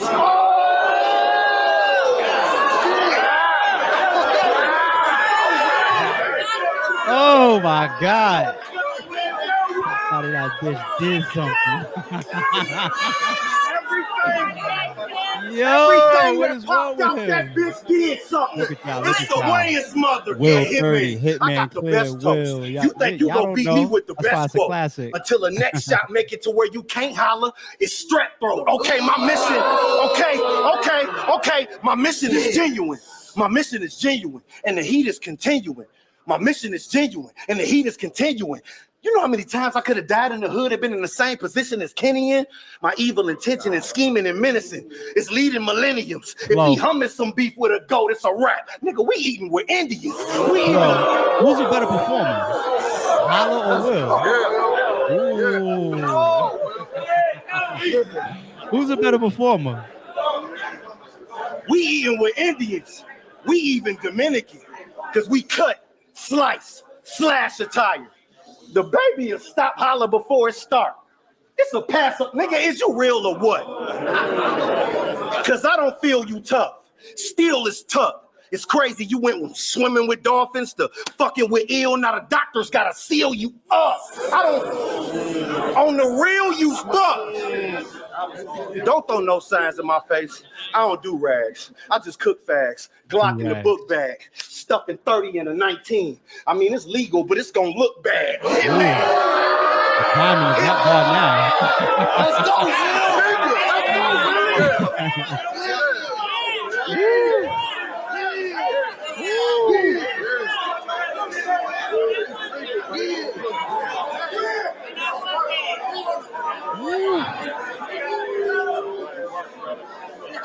Stuff at 30 and a 19. It's legal, but it's gonna look bad. Hitman, why would you say you? I respect Holla's always been a good sport when he's not rapping. You gotta give him that. Because Will is fucking cooking. Hold on, shut the fuck up. Hitman, why would you say you the reason for me? That's weak as can be, even for me. But fuck it, I got the drop. You the reason I started? Well, I'm the reason you about to stop. Cock the Glock. I give a fuck what your bread like. I'm dead nice. Y'all see Gerald in the bright lights. I see Harold at the red light. Shred out.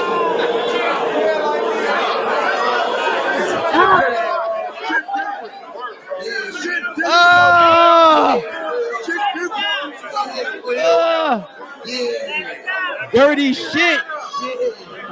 Dirty. Red light. Dirty. Hey, Nick Cannon. You know how many people want me to be on your show? Uh-oh, y'all going in? Just give me a call, my guy. Great personality, no top competition. They all can try. He started the round. He's doing it Shit, again. I heard you was supposed to be doing a movie or something, Gotta nigga. know something's coming. I heard the talk, my guy. Pivot. Shit, you still could play Dr. Sebi in my world. Eat a moss and die. Fuck you, nigga. Yak Town in this bitch. Let's go, Pivot. Jesus.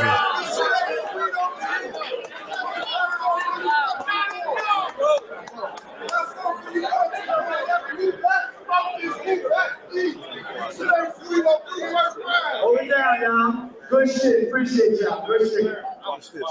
Let's go, baby. You ain't Y'all never should lied. have fled, because the end goal is to leave them all dead. Hitman, you Michael Jordan with the Wizards, bro. Ain't that what y'all said? Well, you wanted Mike, you got Mike. Now let's see if he survived these bullets and ball heads.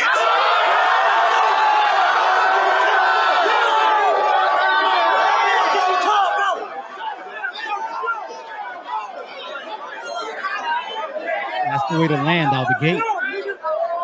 The way to land out the gate.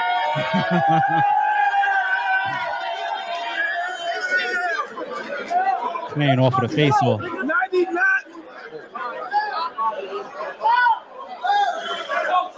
Hey, hold it down.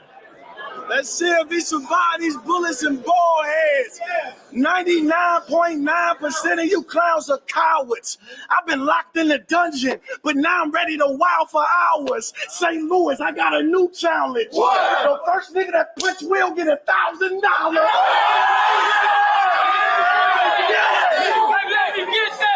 Oh shit! I'm starting to get that feel again. I think it's time to kill again. Y'all want a Hitman with the brain so bad, these niggas they gave me ill again. See, they hate when I rap about my jewels and necklace, penthouse suites, all the beautiful views in Texas. I can't rap about my cars, late nights how I cruise the Lexus. But did y'all peep how I had the culture shook from a debatable L? That must mean dude impressive. Well, just know it'll take 52 losses in a row for me to have a losing record.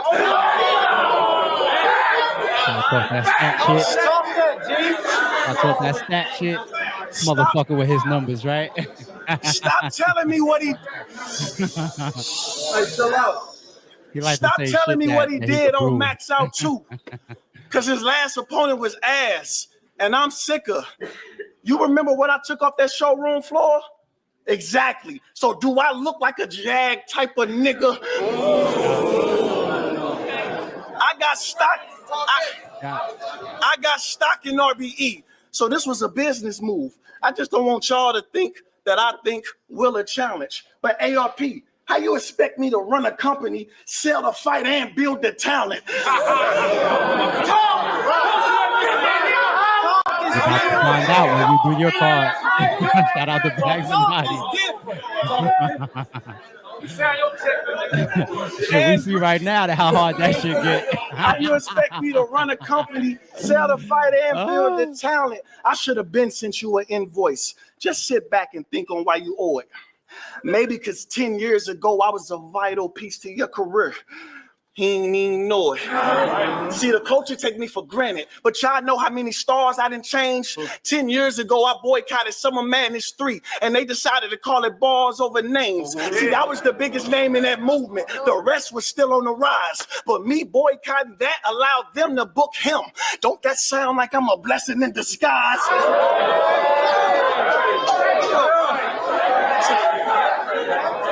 Watch this. See, I was the biggest name on that movement. The rest was still on the rise. Me boycott that allowed them to book him. Don't that sound like I'm a blessing in disguise? Tell the crowd who you battled Summer Madness 3. Tay-Rock. That's crazy how they picked him. So technically, I passed you rock for the assist and was able to give you a shot before this one.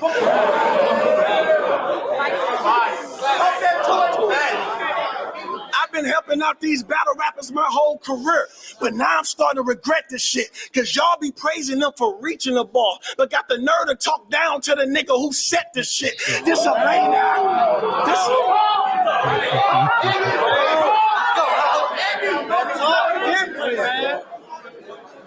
I've been helping out these battle rappers my whole career, but now I'm starting to regret this shit, because y'all be praising them for reaching the ball, but got the nerve to talk down to the nigga who set this. This a lane that I created. The shit I be hearing y'all say about me is outrageous. You seen the cars I drove to this battle. Boy, it's impossible for me to be outdated. Ill Will gon' smoke holler. I can't believe that shit. The YouTube comments turned me to Ray Charles. I literally felt some type of way reading that shit.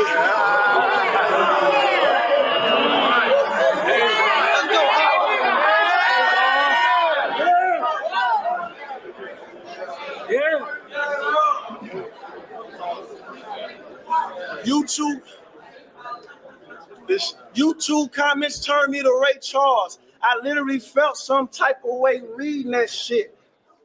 I say, yo, come on, bro. Y'all gotta shut the fuck up.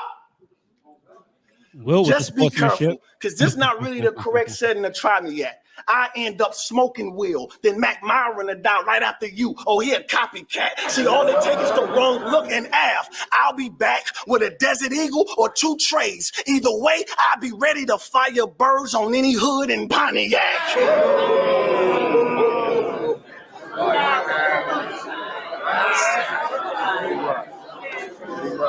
See, I be giving leagues discounts to battle y'all, but for the right price, I'm the name that they'll get you. Look at my contract. When you see 100 in black and white, it ain't the Wilt Chamberlain picture.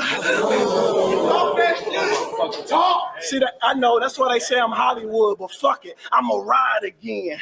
Reality is knowing the ops went up too, but dedication is not going to sleep until it's tired again. I miss COVID, so fuck it, I'ma try it again. This mask and sticker put ill body everywhere. I'ma make niggas scared to come outside again.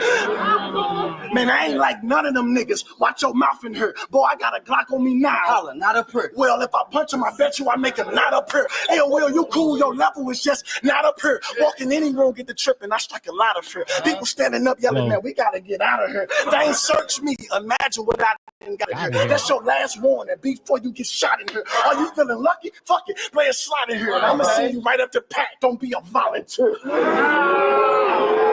go, Holla.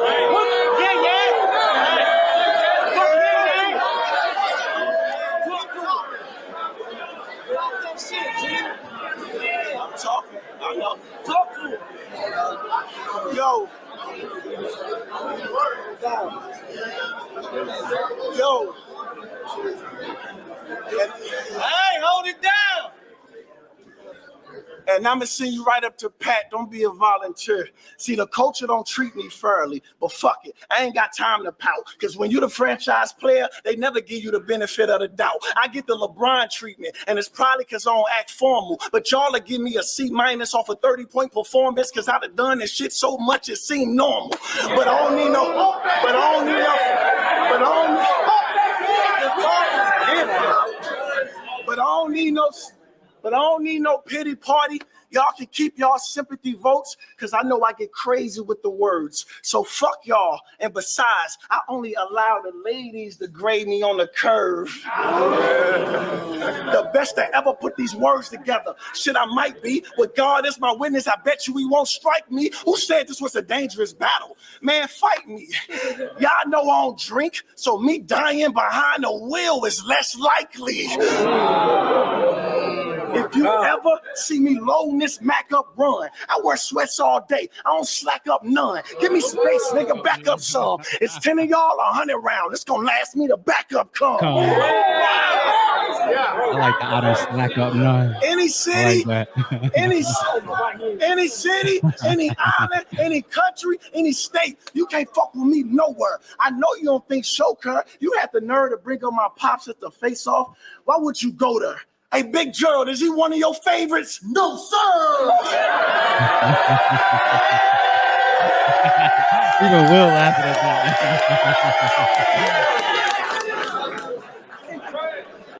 I love the respect that these two guys have for each other, man. I really do.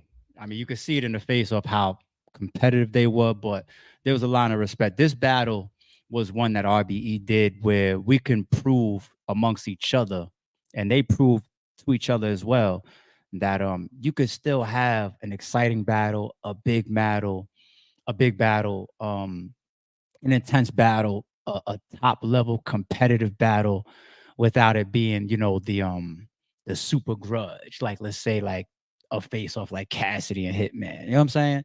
And we love to see the super grudge. I'm entertained more about a super grudge. I'm gonna keep it real, but it's still dope to see this as well. Like the level of respect that still comes off in a way where the fans could be super entertained and to still appreciate the energy that the two guys have for each other. You know what I'm saying? So, all right. What's good, homie? Wait, I missed it. Chilla is looking like the game needs you to come out of retirement. Yeah, y'all don't need shit from me, man. Who am I? I'm chilling, man. If I wasn't really retired, if you don't believe that I was retired then, it's easy to believe now. You don't sit in my shoes and let, Hitman and Lux or Hitman and Mook or whatever go by, because the whole Hitman and Mook thing that's going on right now, like this isn't the first time. I was involved in conversations for that battle like 2 times prior, right? And the one before this stuff that you guys are seeing now, I just flat out just already was like, retired. I mean, Mook called me on 10. And he called me, yo, get Hitman on the phone right now. We can do it anyway. We can do it on stage. We can go to Hot 97. We can do it on the radio. I don't go. We can do it. I don't care. Big rooms. I don't care. I was already retired though. It was like right after Max Out 3. You know what I'm saying? So it's been a couple times. And if you don't see me jump in to do something like that, that shows you how retired I am.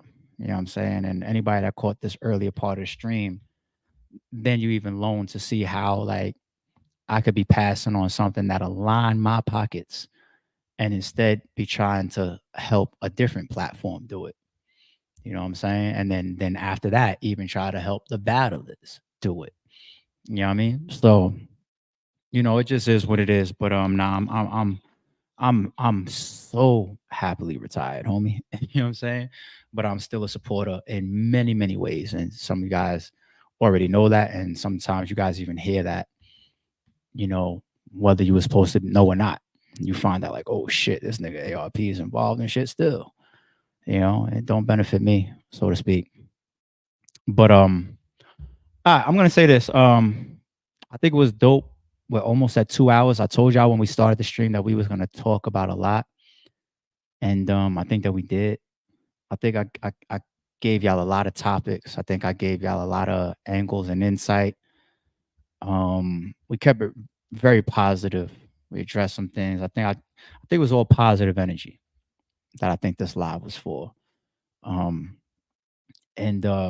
even me putting this video on, obviously I did that because I feel like big battles in the culture are needed right now. Hitman's being heavily discussed right now, and Ill Will is, to me, the best battle rapper in the world. I've been saying that for years. And this is the Max Out 3 main event. I said, fuck it. Let me just watch this. I'm not going to watch the whole thing. If y'all do want me to do watches with y'all, 99.9% of the time, I would keep it RBE because of the way YouTube is these days. I would keep it the content that I own. I've never been a guy, obviously, that's been doing watches this whole time on the channel. I really just did this coming off of all the stuff we were talking about.